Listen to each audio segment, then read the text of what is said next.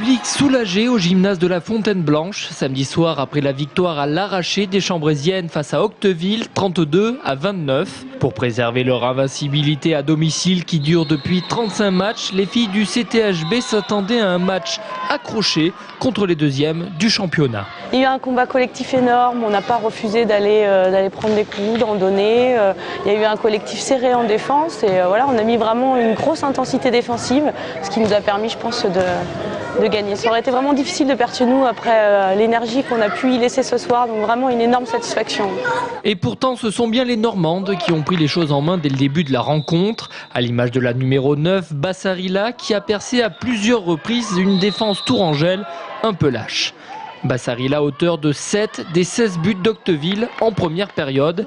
Dans un match musclé, les Tourangelles essayent de suivre la cadence avec toujours une ou deux longueurs de retard au tableau d'affichage, 15-16 à la mi-temps.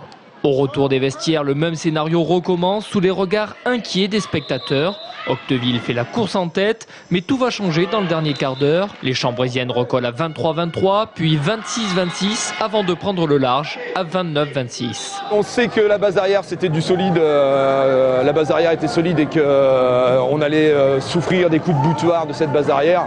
Voilà, elles ont joué leur jeu, elles ont démontré leur qualité.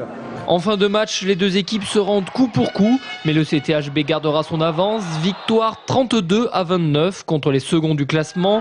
Guillaume Marquez tient le match référence qu'il attendait. On voulait se juger un petit peu par rapport à les équipes de D2 de haut de tableau chez nous. On avait été à Bègle, on n'était pas loin. Là, on a vu que chez nous, contre les leaders, on est capable de gagner le match, même si c'est difficile, mais on savait que ça serait difficile. Non, pour nous, ça nous encourage dans notre travail et dans notre envie de bien faire. Une envie de bien faire qui sera indispensable pour battre Nice le 20 novembre. Les Chambrésiennes recevront alors l'équipe de Valérie Nicolas, l'une des meilleures gardiennes du monde.